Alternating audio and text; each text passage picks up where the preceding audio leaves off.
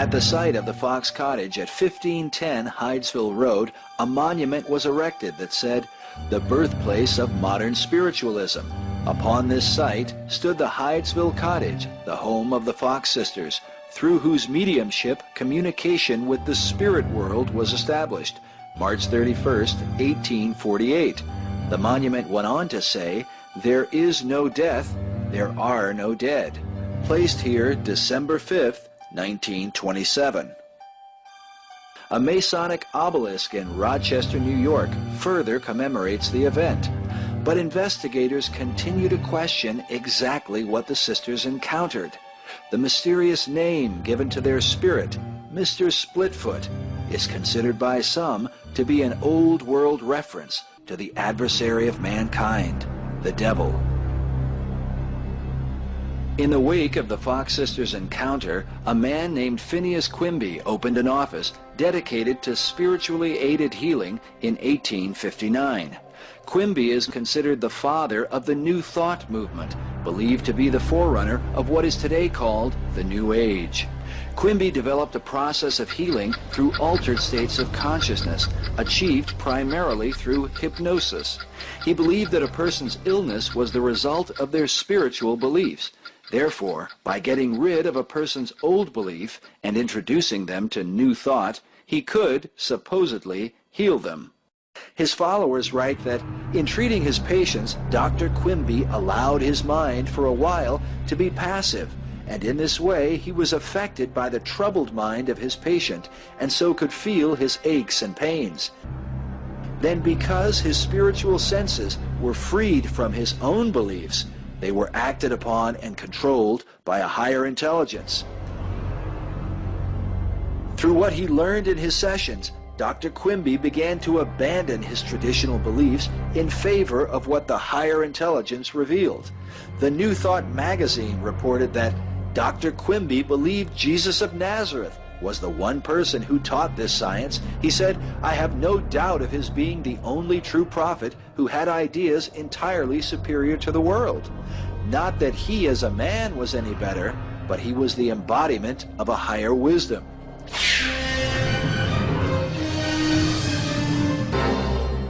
One of Quimby's patients was Mary Baker Eddy, who would go on to form the Church of Christ Scientists in 1879, based in part upon Quimby's teachings. The young Mary Baker imagined Quimby to possess an understanding of God's law and was ready to proclaim him as the discoverer of the true nature of the healing done in Bible times. Though Eddy would break away from Quimby, she continued his practice of healing by correcting the so-called errors of traditional beliefs. She claimed that her teachings were based solely upon the Bible, but that the Bible was full of mistakes and she was the one to correct them. It is reported that Eddy believed the Bible contained 30,000 errors in the Old Testament and 300,000 in the New Testament. When she published her work, Science and Health with Key to the Scriptures, she claimed it was the final revelation of God to mankind and asserted that her work was inspired of God. The word key in the title of her book is in reference that she is the key to unlocking the Bible, which she called a dark book, and that her writings provided the key spoken of in Revelation 3:7. Therefore, as the key, Eddy sought to explain certain misunderstandings. For example, the Bible says, "Is any sick among you? Let him call for the elders of the church, and let them pray over him. And the prayer of faith shall save the sick." Yet Eddy is criticized for teaching that prayer for the sick is not what will lead to one's healing. Only enlightened understanding heals. Eddy wrote specifically that the common custom of praying for the recovery of the sick finds help in blind belief, whereas help should come from the enlightened understanding. Among other problems were the issues of sin and death. Eddy taught that these things were only illusions and that a person must overcome them by realizing their unreality. Meanwhile, the Bible says that all have sinned and come short of the glory of God, and that death passed upon all men, for all have sinned. Furthermore, the Scripture says that if we say we have no sin, we deceive ourselves, and the truth is not in us. But Mary Baker Eddy taught that there is no sin, and the belief in sin, which has grown terrible in strength and influence, is an unconscious error. Concerning the sacrifice of Christ on the cross, she taught that the material blood of Jesus was no more efficacious to cleanse from sin when it was shed upon the accursed tree than when it was flowing in his veins as he went daily about his Father's business. Eddy next sought to deny death itself by redefining the resurrection of Christ with shadowy language that seems to foretell the New Age. She said, "The final demonstration of the truth which Jesus taught and for which he was crucified opened a new era for the world. The lonely precincts of the tomb gave Jesus a refuge from his foes, a place in which to solve the great problem of being. His 3 days' work in the sepulchre set the seal of eternity on time. He proved life to be deathless." Eddy's views concerning Jesus seem to echo the same conclusion wrought as a result of the Fox sisters' spiritual encounter, the idea that there is no death and there are no dead. Researcher Gary Hand sums up Eddy's views concerning Jesus, saying she taught that Jesus Christ was just a man who overcame death by realizing that it did not exist. Therefore, he did not rise from the dead because he never died. Jesus Christ was not the Son of God, did not come from God, but is only an idea from the infinite mind, i.e., the principle of God.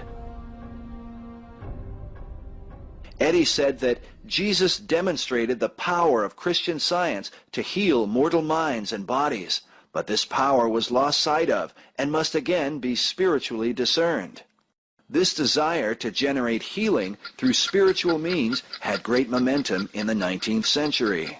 In 1848, supposedly the same day the Fox sisters communicated with the dead, a man named Andrew Jackson Davis wrote in his diary saying, "About daylight this morning, a warm breathing passed over my face, and I heard a voice, tender and strong, say, 'Brother, the good work has begun. Behold, a living demonstration is born.'" Like Phineas Quimby and later Edgar Cayce in the 20th century, Andrew Jackson Davis performed medical diagnosis and healing while in a mesmerized, trance-like state, making use of what he called the spirit eyes in his forehead. He would be known as the John the Baptist of modern spiritualism and the prophet of the New Revelation. In 1844, Davis claimed to be swept away from his home in Poughkeepsie, 40 miles away to the Catskill Mountains, where he encountered the long-dead spirits of the Greek philosopher Galen and the Swedish seer Emanuel Swedenborg. Galen gave Davis a magical staff of healing, while Swedenborg promised to instruct and guide him. Thereafter, Davis considered himself personally guided in his steps by the Swedish mystic. As a result, Andrew Jackson Davis's teachings were nearly identical to those of Swedenborg. Swedenborg, sometimes known as the man who talked with angels, was a spiritual medium who died in 1771, best known for his unbiblical concepts of heaven and hell. In his lifetime, he wrote many books on his experiences, though he said that the books were not written by himself. Rather, he claimed they were inspired by spirits and angels from the spirit world. These spirits repeatedly told Swedenborg of the errors of traditional church doctrine. As a result, he would argue against the idea of a triune God, and like Mary Baker Eddy, vehemently rejected the concept of Christian atonement and original sin. Swedenborg's rejection of Christ's atonement on the cross was so extreme that he wrote, "This I can affirm, that whenever the angels hear anyone say that God determined the damnation of the human race, and as an enemy was reconciled by his Son, they are affected in a manner similar to those who from an uneasiness in their bowels and stomach are excited to vomiting, on which occasion they say, 'What can be more insane than to affirm such things to God?'" According to his followers, Swedenborg's teachings declare that there is no such thing as eternal punishment, and that those who find themselves in hell after death can work their way towards something higher. Yet Swedenborg himself warned against the revelations of the very spirits he communed with. In his miscellaneous theological works he wrote, "Spirits narrate things. When spirits begin to speak to man, care should be taken not to believe them, for most everything they say is made up by them, and they lie. And if man listens and believes, they insist and in various ways deceive and seduce." Despite such contradiction, Swedenborg's influence has been great, impacting churches, and with them the ancient orders of Freemasonry. Many Masonic lodges throughout Europe became known as Swedenborgian lodges, and the rite of Swedenborg became part of Masonic ritual. Today, Emanuel Swedenborg is hailed as a hero among Spiritists and liberal Christians, who have even established Swedenborgian churches, such as the Church of the New Jerusalem, dedicated to his teachings. Perhaps most significant is Swedenborg's example of setting down spirit-communicated writings, something that would set a pattern repeated well into the 20th century and practiced by nearly every major leader of what would become the New Age movement. While Swedenborg channeled many spirits, years after his death, Andrew Jackson Davis would claim to channel him. Supposedly, whilst in a trance, Davis acted as the medium through whom Swedenborg was able to resume his work by dictating various philosophical books, in one of which, published in 1847, he predicted the advent of spiritualism. From 1845 to 1847, Davis delivered some 157 lectures while in a trance-like state in New York City on scientific, historical, and philosophical topics. Reportedly famed macabre author Edgar Allan Poe even attended some of Davis's seances. In what is considered his greatest work, The Principles of Nature, Her Divine Revelations and Voice to Mankind, Andrew Jackson Davis described a mystic view of the cosmos and of creation, promoting the theology of universalism. Some modern spiritists believe Davis's writings shadowed the evolutionary thinking that would soon be set down by Charles Darwin.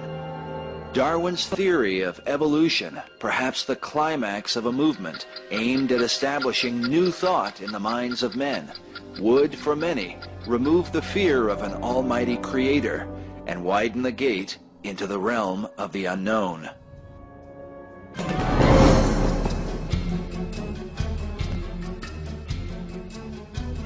Through the 19th and 20th centuries, Western culture has been overwhelmed by a fascination with spirit communication and paranormal phenomenon. Some of the most influential people in the modern era have been influenced themselves by New Age spiritism and the occult. From Mary Todd Lincoln, the wife of Abraham Lincoln, who held seances in the White House to communicate with her son Willie, who had died at a young age, to Hillary Rodham Clinton, who supposedly contacted the ghost of Eleanor Roosevelt with New Age psychic Jean Dixon. Hillary is pictured here submitting herself to the power of an American Indian shaman. Inventors, heroes, dictators, world leaders, and even American presidents have been either influenced by or directly involved with the movement. Thomas Edison spent years trying to develop a machine that could communicate with spirits of the dead. While his efforts were unsuccessful, Edison was convinced that one day such an invention would be possible.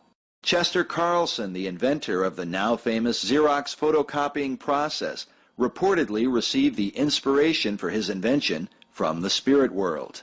Carl Gustav Jung, whose teachings on the subconscious mind have had a tremendous influence on modern psychology, claimed to be guided by a mysterious spirit named Philemon. Jung's contemporary Sigmund Freud said that it no longer seems possible to brush aside the study of so-called occult facts, the real existence of psychic forces in which, until now, we did not believe.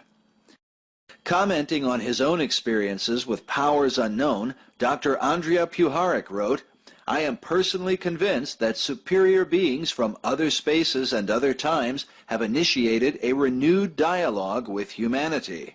While I do not doubt their existence, he said, I do not know what their goals are with respect to humankind. Some argue that the goals of these beings were partly witnessed during the Second World War. Adolf Hitler was greatly influenced by spiritual forces, an influence that seemed to shape his horrific Nazi movement.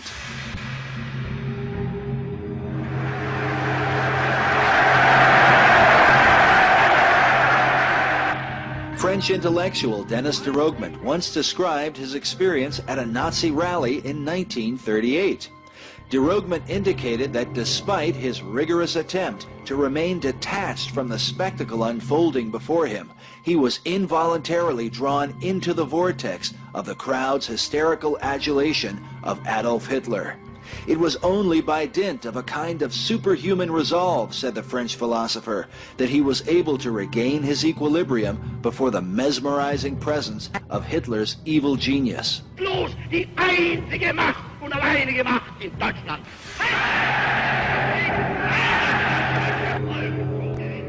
Reportedly, Diderot said of Hitler that some people believe, from having experienced in his presence a feeling of horror and an impression of supernatural power, that he is the seat of thrones, dominions, and powers, by which St. Paul meant those hierarchical spirits which can descend into any ordinary mortal and occupy him like a garrison. What I am saying would be the cheapest form of romantic nonsense were it not that what has been established by this man, or rather through him, is a reality that is one of the wonders of the century. Hitler's training as a spiritual mystic came through a secret order known as the Tool Society, an occult organization. Though the cause of such societies may vary, the same occult principles can be found in the Brotherhood of the Masonic Orders, whose members have included some of the most powerful political leaders of the 20th century. To test this argument, consider Hitler's dream of the Superman alongside this quote from Masonic author W.L. Wilmshurst from his book, The Meaning of Masonry. He writes, "This, the evolution of man into Superman, was always the purpose of the ancient mysteries, the religion of Masonry. Man, who has sprung from the earth and developed through the lower kingdoms of nature, has yet to complete his evolution by becoming a God-like being." Wilmshurst provides a clue, revealing that while the modern Spiritist movement is often referred to as a new discovery, its origins date back centuries to the subterranean levels of the ancient world, to a time when spirit communication was considered commonplace among men, and was at the very heart of the ancient mystery religion. But with this ancient practice also comes ancient warnings found in the writings of the Old Testament. Author Dave Hunt comments on the book of Isaiah. Isaiah 8:20. Why do you turn to spirits that peep and mutter, these wizards, the spirits of the dead? I mean, Aunt Jane wasn't too bright when she was alive, but now that she's on the other side, she seems to be a fountainhead of wisdom. That doesn't make too much sense. Where did she get this from, and how do you know you're even talking to Aunt Jane? Some of them claim, you know, they've all got their spirit guides or whatever, and they don't know who these creatures are that are talking to them and through them. You go to a psychic, a medium, and for example, Bishop James Pike, California Episcopalian bishop, went to a medium. Well, his son had committed suicide, and he was in his son's apartment in London. And some things would move around. He'd come back from being out, and there's some postcards in a certain pattern, and with messages and so forth. And he began to think that his son, Jim Jr., was trying to communicate with him. So he went to Anna Twigg, a famous psychic there in London. And what do you know? She goes into a trance. And, you know, the prophets in the Bible don't go into a trance. They don't get in an altered state and then something takes over. God speaks through them. Never do they do that. But anyway, she goes into a trance, and wow, it sounds like his son's voice, Jim Jr., speaking through her. And he says things that only he and his son would know. She couldn't possibly know. This has happened multiple times. So that convinces him it must really be his son. Yeah, but what does his son say? You see, we go by what, in part, in many ways of analyzing them, but in part we go by what do they say? Well, first thing his son Jim says, some Christ, some priest, some preacher, some deity, some prophet is our Redeemer that excuses us from living life. We have missed the message. Why don't we learn to think on our own and find new benefactors for that greatness? Genius, you know, it is that which is not mediocrity, is not predictable, is not funded, is not hired. It is that which can dream beyond the paradigms. You have the ability to be a genius. And did you know that every dream that you dream should never be put aside as imagination? That every dream is the next step of your evolution. And Ramtha gives us permission. He first says, you are God. Now let's get about learning how to be that. Religion is no longer sacred. Everyone questions the church. They should. Everyone questions the meaning of life, and everyone questions the direction that science has taken. And when you do that, it is an age of enlightenment. We cannot have. Enlightenment does not come on the heels of the Black Plague.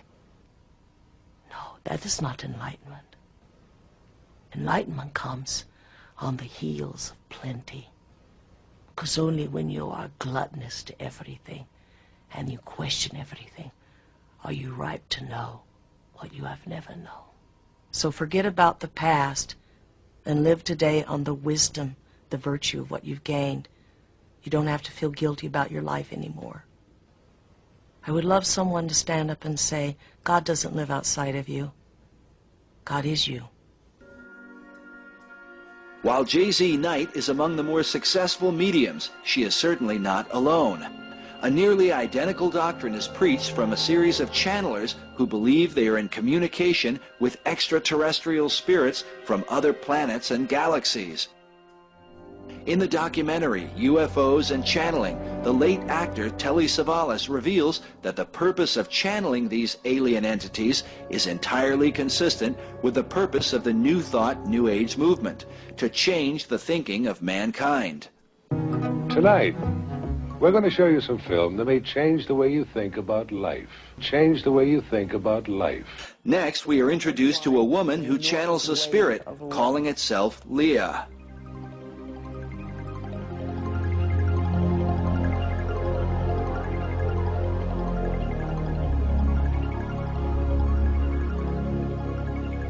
Hello, Philip. How are you today? Very good, Leah. How are you? Very fine, thank you. So, what is it that you wanted to know? Where are you from? I'm from Venus. I don't think anybody's going to believe that you or anybody else could be from Venus. Could you explain to us how you could be when everybody knows it's uninhabitable? They think it's uninhabitable because it is not inhabitable by physical life forms. We have bodies of light. While Leah rambles on with fantastical ideas, she soon compels the audience toward global unity, a message found throughout the New Age movement. And what occurs here on this planet will affect the rest of the universe. Can you, with all of your different ideas, all of your different races, come together as one planet and one people? We have dedicated millennia upon millennia to this idea. The earlier experiments with Pan and Lemuria and Atlantis were not successful. But this one will be. Now the interviewer asks the woman to exchange spirits and to channel another spirit that calls itself the Tibetan. Tibet is an often referred to hotspot for New Age empowerment. Hitler's Nazi occultists went to Tibet thinking to find their ancient Aryan ancestors. Listen carefully to the Tibetan's message as he refers to the great I Am, the name God reveals in the Bible to describe himself. I am the Tibetan, and I have come during this time continuum to discuss with you the idea of the only question in the universe. And that question is, what is? And the answer is, I am. For all things that are created, that were created, that shall be created, fall under the question, what is?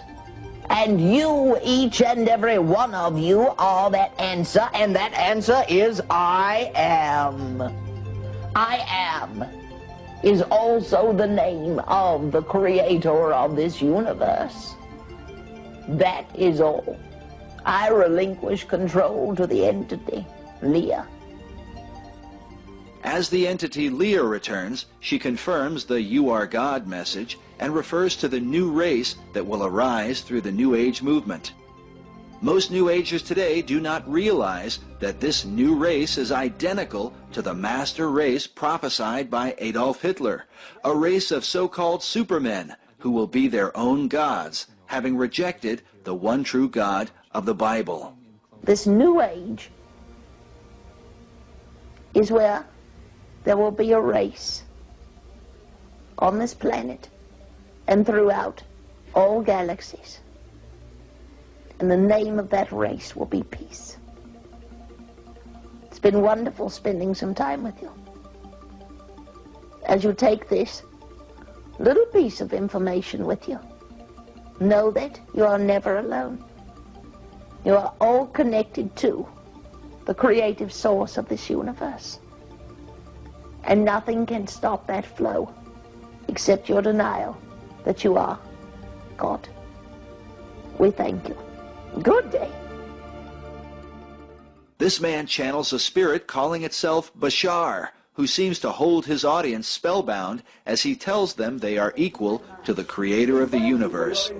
That you are all made in the image of the infinite creator, and what that means is you are all infinite creators. We thank you. Jack Purcell has become one of the more popular channels, possessed by a spirit named Lazarus. All right, fine. Well, indeed, a pleasure to be talking with you, and, well, shall we begin where you'd like to begin? Lazarus tells the listener that God is already within man, and that if man wants to find God, he needs only to find himself. Now, the problem here is people look out there, yes? They're looking all over the place, as though God was somehow outside of them. It's within. Every spiritual reference, be it fundamental or be it avant-garde, speaks of that spirit within. And we would suggest here that it's there. And therefore your task in this physical lifetime really isn't to find God, because God's everywhere. God is all that is everything. It's all over the place. Your task in any physical incarnation is to find yourself.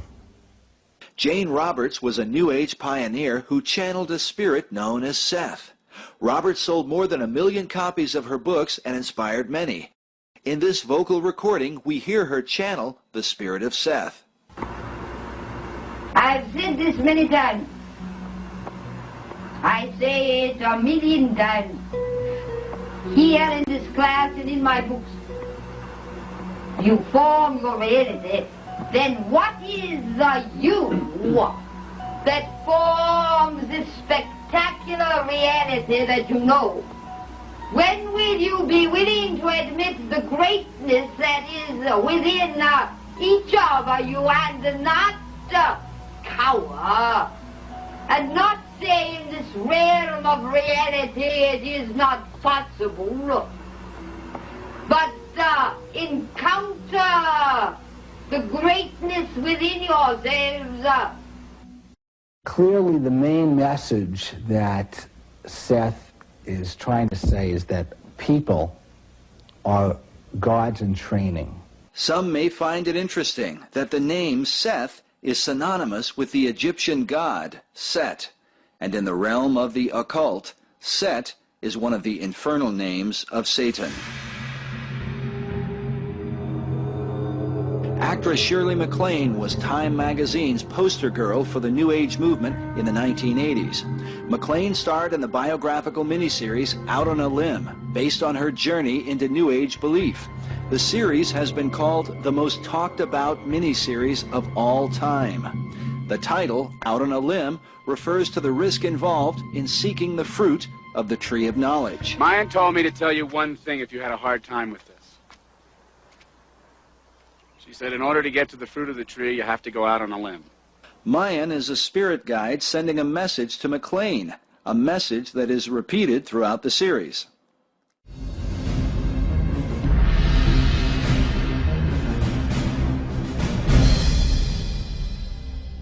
In the book of Isaiah, God says, "And when they shall say unto you, Seek unto them that have familiar spirits, and unto wizards that peep and that mutter, should not a people seek unto their God? For the living should they seek unto the dead? To the law and to the testimony, if they speak not according to this word, it is because there is no light in them."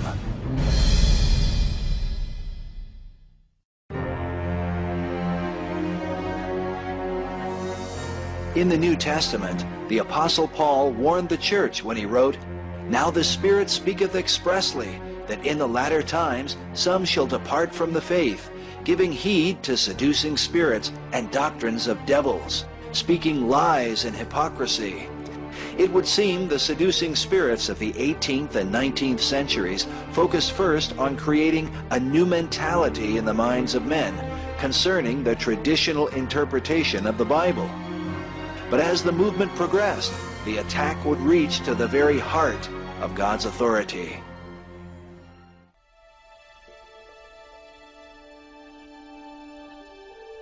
When Spiritist prophet Andrew Jackson Davis channeled his book on the principles of nature, he claimed to be a voice to mankind, to set forth the divine revelations of nature itself.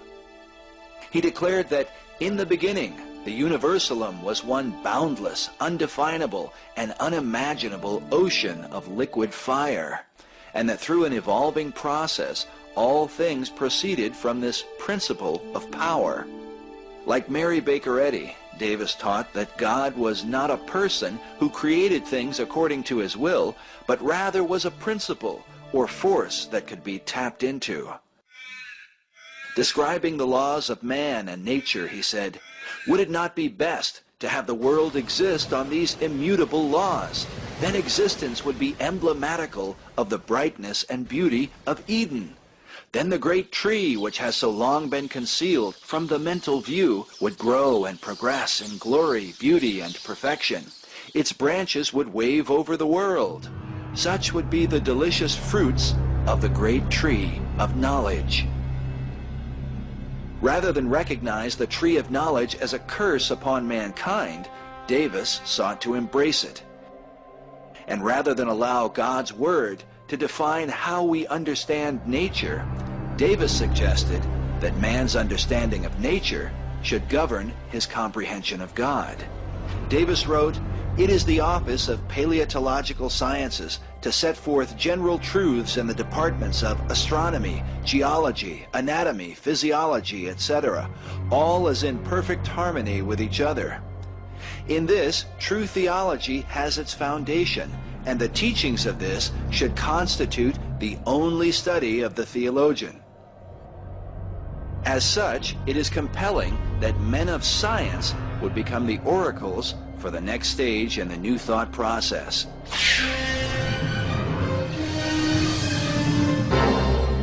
In 1859, Charles Darwin published The Origin of the Species.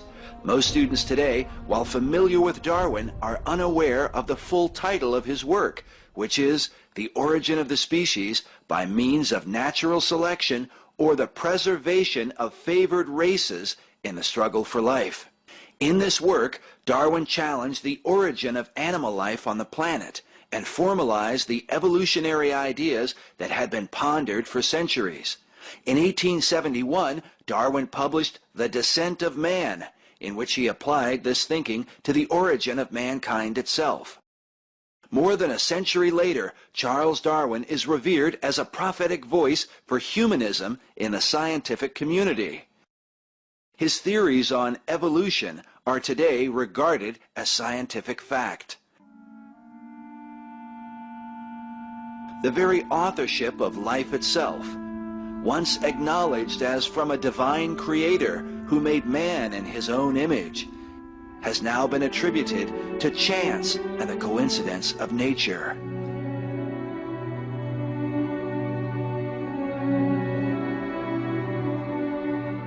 Yet some researchers argue that Darwin's theory has no foundation in real science, but is rather based on the ancient mystery teachings of the occult. First, I would say the evolution theory did not start with Charles Darwin. It started way before that. It actually started in the Garden of Eden with Satan, when he said to Eve in Genesis chapter 3, "Eve, if you eat off that tree, ye shall be as gods." The whole idea that man can progress and evolve and become better, is an idea that came from the devil in the Garden of Eden. Satan started that. And then down through history, there have been who knows how many thousands of folks that have promoted that idea or pushed it. Aristotle taught a form of evolution. Plato taught a type of evolution. The Babylonians, down through history, there's always been folks who taught, that the Egyptians taught we evolved from slime along the Nile River. So Darwin simply made the theory popular. That's all he did. He didn't really invent the theory of evolution. His grandfather, Erasmus Darwin, wrote a whole book called Zoonomia, where he basically laid out everything Darwin said. And Darwin, his grandson, then stole all of his ideas and never gave credit to Grandpa one time. Interesting plagiarism back then. But Darwin's theory, as we call it Darwin's theory, but actually it was way before him. The evolution theory would say that everything is evolving and getting better, and we don't see any of that. We don't see any mutations produce any improvement to the gene pool. Mutation is a scrambling of information that results in a genetic loss. Nobody's ever proven a good mutation. Some people say, well, bacteria become resistant to drugs. I say, well, yeah, that's because they lost information. The antibiotic can't lock onto the ribosome. So it's like somebody's coming through town and they're handcuffing everybody, hauling them off to jail, going to kill them. But you don't have any arms, so they can't handcuff you. You say, wow, that's beneficial. Well, it might be beneficial for the moment, but it's not beneficial in the long term, okay? So these bacteria that are deformed, that have lost information, now are able to be resistant to the drugs only for that particular drug, and only for a short time. When you put them back in the regular population, they're worse off. There's absolutely no evidence whatsoever to back up the evolution theory. Nobody's ever seen a dog come from a non-dog, and we certainly have never seen a dog come from a rock, which is what the evolution theory teaches if you go back, millions of years. Most evolutionists don't even know their own theory. They don't even know that they believe they came from a rock 4.6 billion years ago. A typical modern science textbook says that 18 to 20 billion years ago, all the matter in the universe was concentrated into one very dense, very hot region that may have been much smaller than a period on this page. For some unknown reason, this region exploded. This explosion is called the Big Bang. Coming out of this Big Bang, a giant rock somehow appeared that was rained on by cosmic rains from millions of years. Evolutionary scientists teach that from this rock supposedly came all the life on planet Earth. So the evolution theory teaches, 20 billion years ago or sometime in the past, pick a number, nothing exploded and made everything. And then all this stuff was spreading out through space from the Big Bang theory, and then slowly groups of this matter began to get together and condense into planets and stars and moons and stuff like that. And then slowly, very slowly, over billions of years, or quickly if you're from Harvard, one of those planets, Earth, started to develop life, just by chance, of course. Took a long time.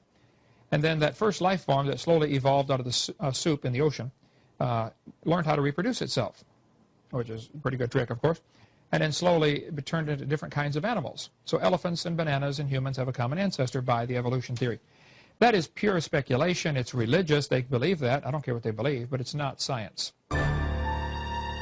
Darwinian scientists have attempted to explain the process of evolution as a gradual development that takes place over millions of years.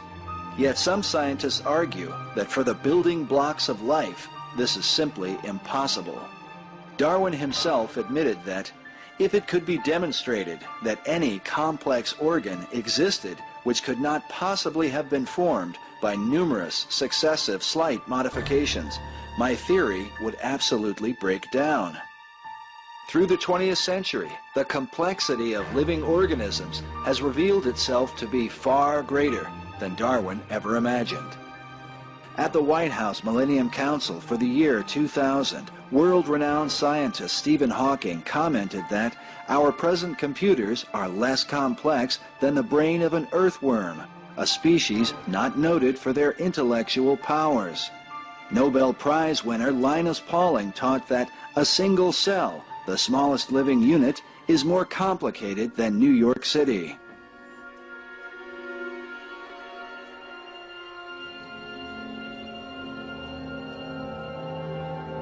In his book, Darwin's Black Box, author and biochemist Michael J. Behe argues that the complexity of cell structure overthrows the idea of a gradual evolution.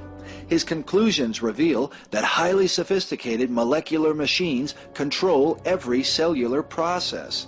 Thus, the details of life are finely calibrated, and the machinery of life enormously complex. The simplest self-sufficient cell has the capacity to produce thousands of different proteins and other molecules. Synthesis, degradation, energy generation, replication, maintenance of cell architecture, mobility, regulation, repair, communication. All of these functions take place in virtually every cell, and each function itself requires the interaction of numerous parts. A child can die because of a single defect in one of the many machines needed for taking proteins to the lysosome. A single flaw in the cell's protein transport pathway is fatal. Unless the entire system were immediately in place, our ancestors would have died.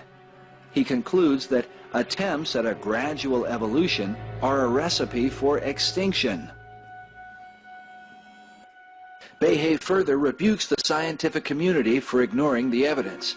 He says the impotence of Darwinian theory in accounting for the molecular basis of life is evident from the complete absence in the professional scientific literature of any detailed models by which complex biochemical systems could have been produced. In the 20th century, other noteworthy scientists have agreed. World-renowned astronomer Sir Fred Hoyle rejected Darwin's theory. It was Hoyle who coined the phrase, the Big Bang. He was, in fact, mocking the idea that all things came about through some great explosion billions of years ago. Hoyle calculated that the odds of producing just the basic enzymes of life by chance are 1 in 1 with 40,000 zeros after it. Hoyle claims that believing the first cell originated by chance is like believing a tornado could sweep through a junkyard filled with airplane parts and form a Boeing 747. He said, the scientific world has been bamboozled into believing that evolution has been proved. Nothing could be further from the truth. Hoyle said this situation is well known to geneticists, and yet nobody seems to blow the whistle decisively on the theory. Most scientists still cling to Darwinism because of its grip on the educational system. You either have to believe the concepts or be branded a heretic. Australian biologist Michael Denton, author of the book Evolution, A Theory in Crisis, says science has so thoroughly discredited Darwinian evolution that it should be discarded. Meanwhile, mathematics professor Wolfgang Smith says evolution is a metaphysical myth, totally bereft of scientific sanction. At the British Museum of Natural History in London, paleontologist Colin Patterson started asking other scientists to tell him one thing they knew about evolution. Lecturing to biologists at the American Museum of Natural History in New York City, he said, I tried that question on the geology staff at the Field Museum of Natural History, and the only answer I got was silence. I tried it on the members of the Evolutionary Morphology Seminar in the University of Chicago, a very prestigious body of evolutionists, and all I got there was silence for a long time, and eventually one person said, "I do know one thing, it ought not to be taught in high school." In spite of the evidence, Patterson did not abandon evolution. He says, "Then I woke up and realized that all my life I had been duped into taking evolutionism as revealed truth in some way." He said he had experienced a shift from evolution as knowledge to evolution as faith. What Patterson described was his own paradigm shift from scientist to Darwinian worshiper. His idol, the cathedral of evolutionary thought. This trend among scientists has been acknowledged by others in the scientific community. The building behind me is London's Natural History Museum. It looks rather like a cathedral or a church, and in a way that's what it is. It's a kind of temple to Darwin's theory of evolution. People come to museums like the Natural History Museum to get answers to their question. Have we evolved from apes? Do humans and apes share a common ancestor? And to look at an exhibit like this, you'd think that question had been answered decisively yes. But the answer is far from decisive. In fact, this representation is an interpretation of the fossils, the interpretation of one group of scientists. There are other interpretations, but you won't find them in this museum or any other museum in the world. In the days of early America, the Founding Fathers held few doubts that man had been created rather than evolved. The Declaration of Independence says plainly, "We hold these truths to be self-evident, that all men are created, and that they are endowed by their Creator with certain unalienable rights." The Founding Fathers maintained that the rights and liberties of men were defended by the authority of God, who created them. But if mankind merely evolved, then a man's rights are established only by man's opinion. As that opinion changes, the rights of men can also change, as was the case in Nazi Germany. Hitler believed that evolution was true and the inferior races need to be eliminated, and he had a list. Hitler's opinion was that Jews and people considered genetically inferior should be eliminated from society. The Nazis relied upon the Darwinian view of the natural selection of favored races to further their own ideas on the struggle for life. In fact, Hitler's book, Mein Kampf, means my struggle, a struggle the Nazis clearly defined as demonstrated by this propaganda film.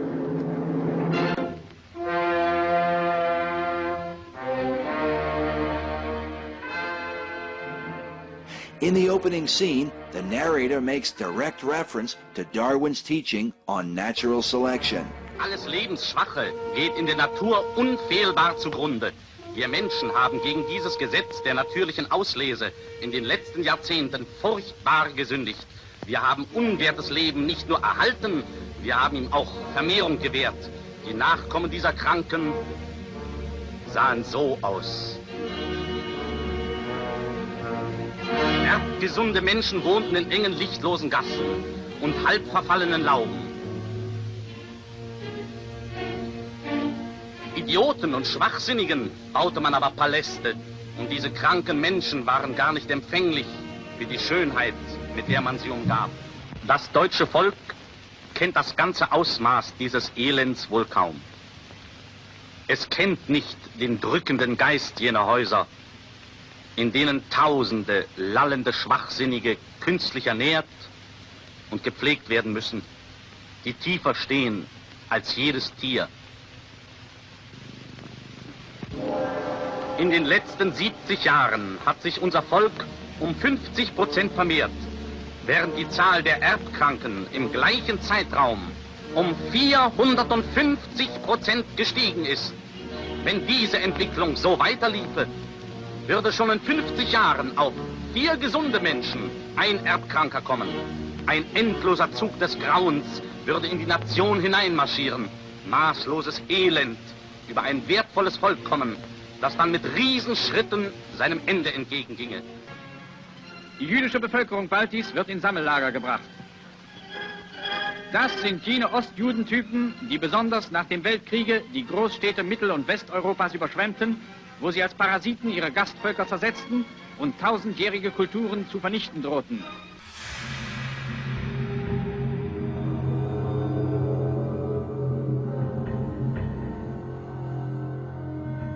Under evolutionary influence, Hitler declared, "I have the right to exterminate millions of individuals of inferior races which multiply like vermin." While Germany had been a democratic society, the Nazis evolved German law and changed it to suit their own wicked desires.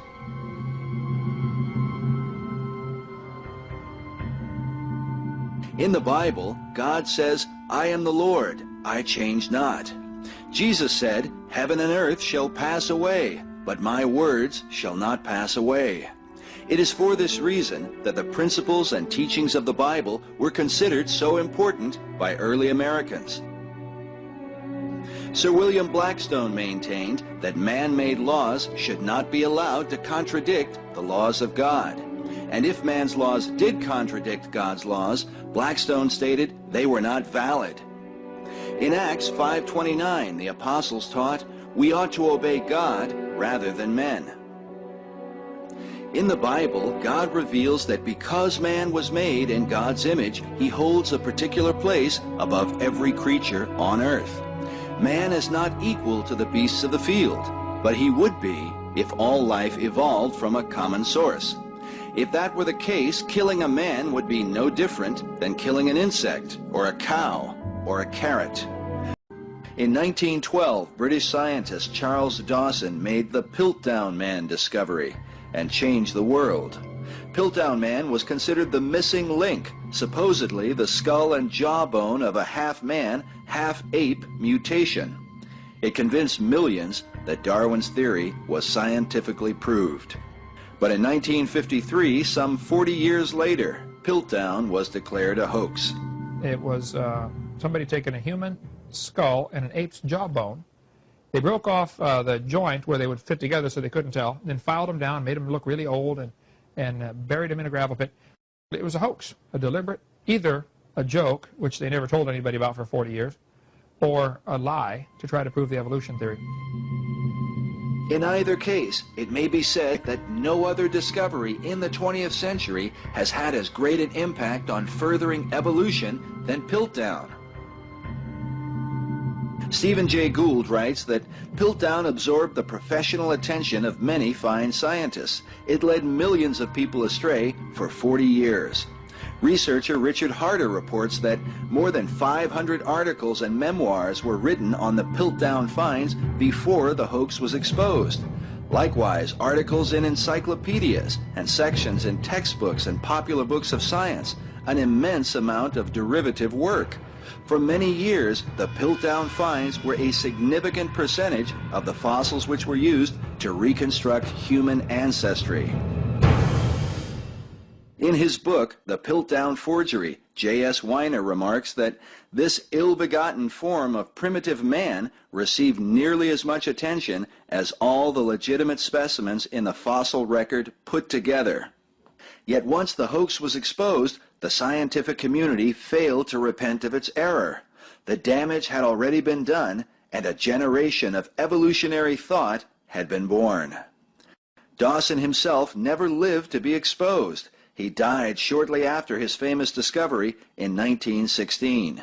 While controversy over the hoax continues, today the BBC refers to Dawson as the Piltdown Faker.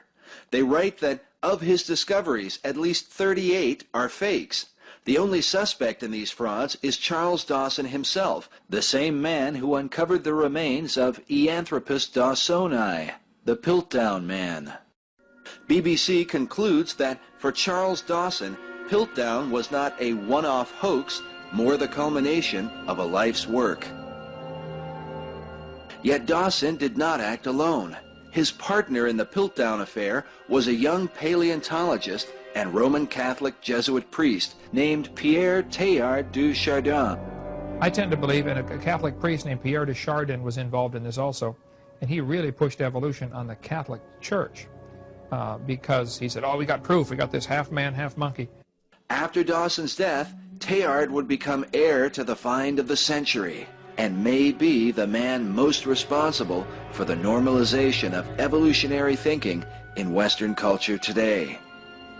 Teilhard would go on to work in China and take part in the now famous Peking Man discovery, a collection of would-be missing links that mysteriously disappeared in 1941 before anyone could fully examine them. Of 175 fossil fragments recorded, all were supposedly lost. Only the notes and photographs taken by Teilhard and his team of scientists remain. Modern critics question the integrity of the find because of Teilhard's association with Charles Dawson, the Piltdown faker. But Teilhard's scientific deceptions are minor when compared to the theological abyss that he sought to drag himself and humanity into. He wrote, "Is evolution a theory, a system, or a hypothesis? It is much more. It is the general condition to which all theories, all hypotheses, all systems must bow, and which they must satisfy henceforward if they are to be thinkable and true. Evolution is a light illuminating all facts, a curve that all lines must follow." Treated as an apostate by the Vatican, banned from teaching, and forbidden to publish his writings, Teilhard became the hero of sophisticated Protestants and then returned to the good graces of Rome 26 years after his death. The Catholic Church, that once rejected evolutionary thinking, seems to have been among those who bowed to its hypothesis, largely due to the influence of Teilhard, who had become a hero and role model for a whole generation of younger priests and theologians. He set the stage for the renewal movements which finally came to flower in the era of Vatican II. Vatican II is the Catholic document that launched the ecumenical movement for the purpose of ultimately unifying mankind in a universal faith. Evolution plays a key role in ecumenism since the pagan religions of the world are largely based on its precepts. Under Pope John Paul II, Rome now considers evolution to be a part of the gospel truth. It is reported that the Pope has put the teaching authority of the Roman Catholic Church firmly behind the view that the human body is the product of a gradual process of evolution. But the influence of this Jesuit priest would reach far beyond the walls of Rome. In 1985, author Marilyn Ferguson published her controversial book, The Aquarian Conspiracy, which USA Today called the Handbook of the New Age. In it, Ferguson describes a worldwide conspiracy of people seeking to bring about a paradigm shift in global consciousness. In the Los Angeles Times, Marilyn Ferguson revealed that Teilhard was the name most frequently mentioned by 185 leaders in the New Age movement when Ferguson asked who was the most influential person in their lives.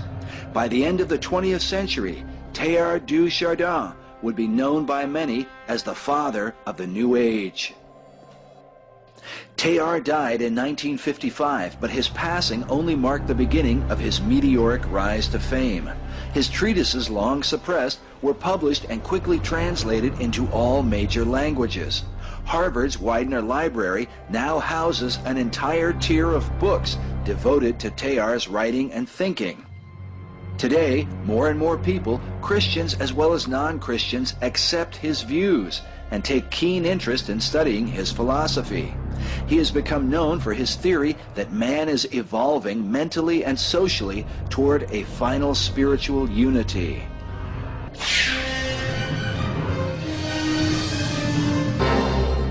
Andrew Jackson Davis, known by some as the prophet of the New Revelation, channeled a message from the spirit realm that called for the paleontological sciences to direct man's perception of God through the study of nature. Is it merely coincidence that Teilhard du Chardin, a priest and paleontologist, would lead the way into the dawn of a new age? Researcher Charles P. Henderson writes, this paleontologist and Jesuit priest made it his personal mission to reconstruct the most basic Christian doctrines from the perspectives of science. He would do this by overthrowing all the barriers that had been erected between science and religion.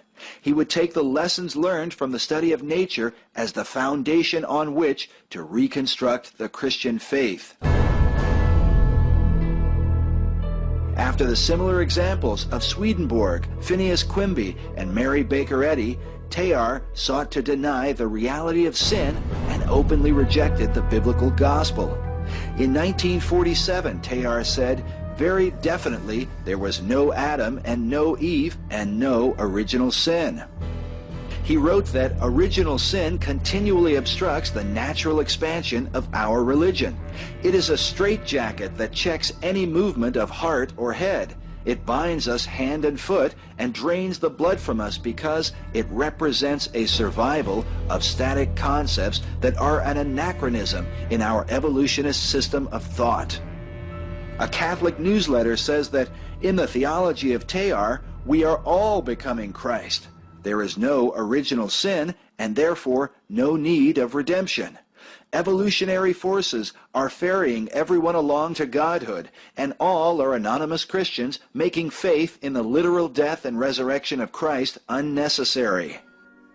The American Atheist magazine understands the situation too well. It writes, "Destroy Adam and Eve and original sin, and in the rubble you will find the sorry remains of the Son of God, and take away the meaning of his death." But did Teilhard intend to undermine the Christ of the Bible? Some have thought so, since Teilhard's evolutionary teachings parallel Eastern mysticism and pagan theology. The whole Eastern pagan theological worldview is to undermine the deity of Christ and to elevate the deity of humanity.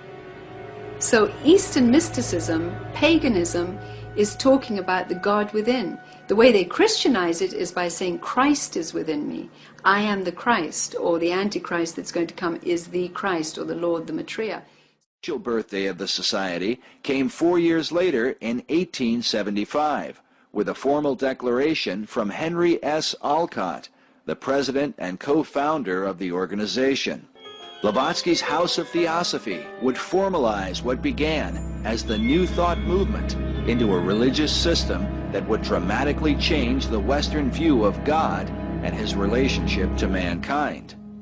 While early America recognized the gospel of Jesus Christ as the only path to salvation, theosophical teachings argued for the essential oneness of all religions and the omnipresence of divine spirit.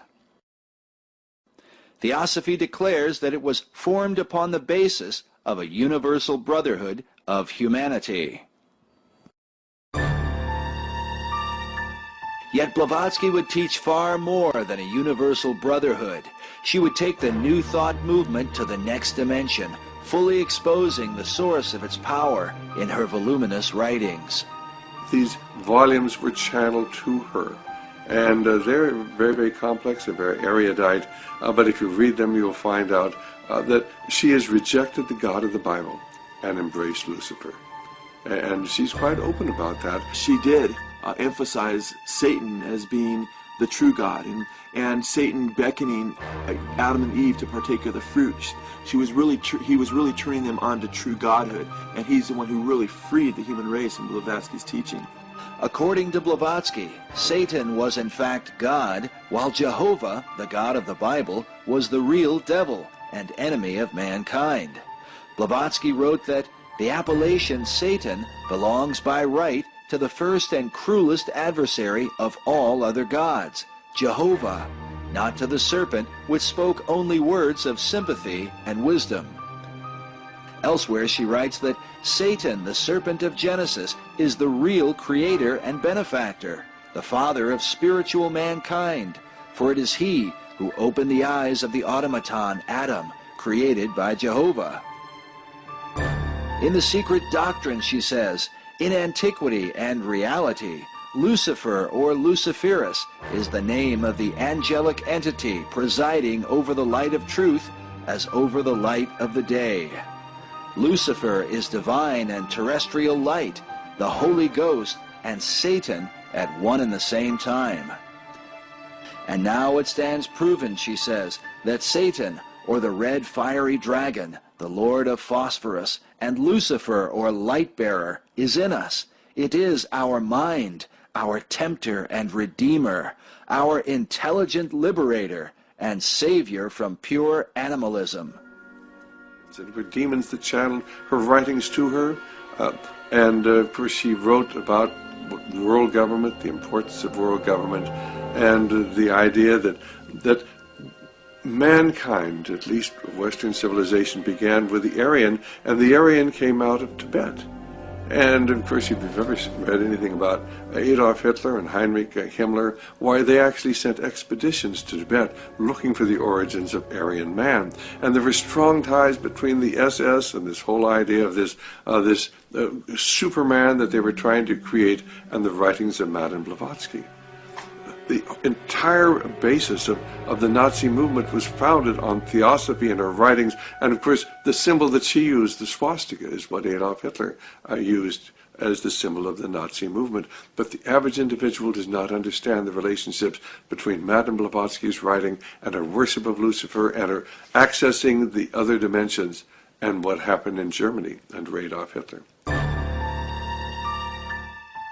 Time magazine did a whole thing on the New Age movement with with crystals and, talking about all the different New Age phenomena that became very popular in the 80s and is still with us to this day. And Shirley MacLaine was on the front cover holding the crystals. And in that piece, they talked about, in the introduction to that piece at the beginning of the magazine, they talked about how we don't know where the term New Age came from or where it's going.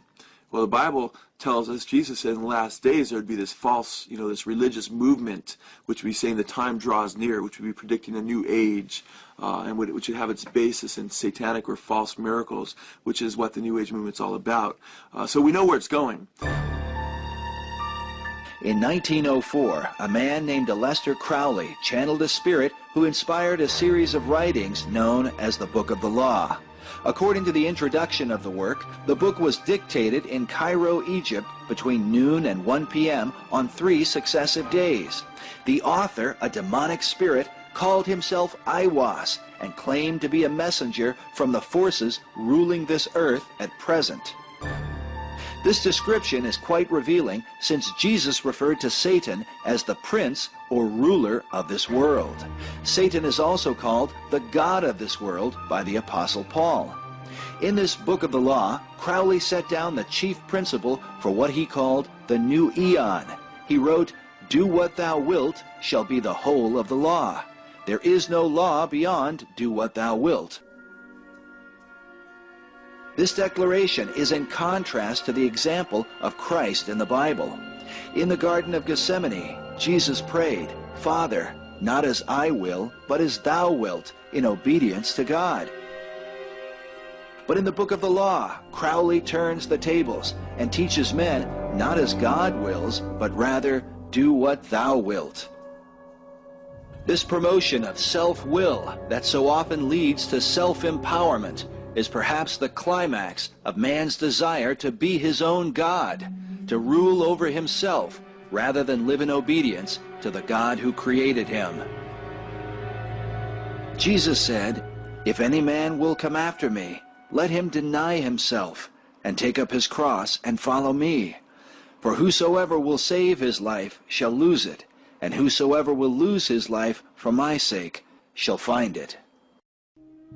Having thoroughly rejected the gospel of Jesus Christ, Aleister Crowley would earn the title of the wickedest man in the world by the London newspapers. The British media exposed his bizarre satanic rituals at the mysterious Abbey Thelema in Sicily. On one occasion, a man named Raoul Loveday died from drinking poisoned cat's blood at Crowley's command. Loveday's widow returned to London and exposed Crowley's wicked behavior to the world. When he was a child, Crowley's own mother referred to him as the Beast. According to Crowley researcher James W. Revac, he quickly identified with the title, and for the rest of his life, he viewed himself as the Beast of the Apocalypse, the enemy of Christianity. Like all New Age adherents, past and present, Crowley revered the serpent's lie from the Garden of Eden. He wrote, "This serpent, Satan, is not the enemy of man, but he who made gods of our race, knowing good and evil. He bade know thyself and taught initiation. Through the 20th century, the influence of this black magician and professing Satanist upon popular culture has compelled some researchers to consider him the real father of the modern New Age movement. Well, he's basically not only the father of modern Satanism and the most highly regarded Satanist of the last century, he is also the father of the modern New Age movement, which is extensive around the Western world today. I won't say he single-handedly ushered in the New Age movement, but he, more so than any other human being, was instrumental in the popularization of the New Age movement. Altered states of consciousness, trying to make altered states of consciousness scientific, through whether it be hallucinogens and seeing reality different, and using the comparisons of a microscope and a looking into a different reality on a spiritual level, whether it was drugs, whether it was astrology or the practice of ritual magic, whether it was sex magic, whether it was his ideas of world unity through magic and so forth. All these are very popular through the 1960s and after that in ushering in what today is called the New Age movement. But he was very, very powerful as far as, I mean, more so than anybody. Satanists will admit that Aleister Crowley was, the Satanist of the 20th century. Anton LaVey and the Church of Satan, which was more notorious than Aleister Crowley's group, was simply pop Satanism to many serious Satanists. Hail Satan! Hail Satan! Shem Parash! Shem Parash! Hail Satan! Hail Satan! And even Anton LaVey's group, I mean, Anton LaVey's library was chock full of Aleister Crowley's books. The co-founder of the Church of Satan with Anton LaVey, Kenneth Anger, was an avowed Satanist who was a follower of Aleister Crowley. And many of his works, Invocation to My Demon Brother, Lucifer Rising, and so forth, videos that he made in the late 60s extolling Satanism, were all about Aleister Crowley, unveiling a picture of Crowley and that's worshipped and so forth. So